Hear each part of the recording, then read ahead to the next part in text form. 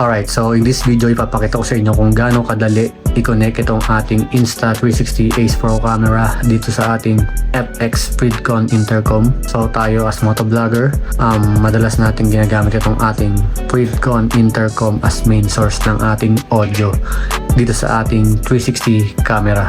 So ginagamit din natin to sa One X2, and ngayon naman ipapakita ko sa inyo kung gaano siya kadali i-connect dito sa ating Insta360 Ace Pro.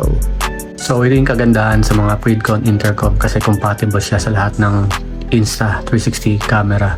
So try connect na natin. So una, buksan muna natin yung ating Ace Pro camera.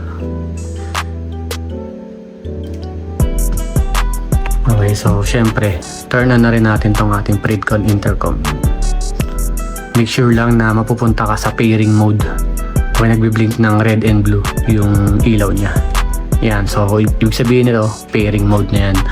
So dito naman sa ating Insta360, swipe down lang para pumunta tayo ron sa settings and hanapin lang natin yung AirPods icon.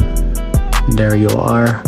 So actually nung una, kailangan ko pang pindutin tong FX na device na yan, pero yung mga sumunod na connection na niya, automatic na siyang kumo-connect once na nagbukas na tong ating Pridcon intercom. So wait na lang natin mag-connect device. Ayan, so lumabas na yung Bluetooth headphones connected. So ibig sabihin, connected na yung ating Pridcon intercom dito sa ating Ace Pro camera. So ganun lang kadali. Alright, Pridcon check, mic test, 1 2 3, 1 2 3. Please like and subscribe JMX Team Moto. Thank you for watching.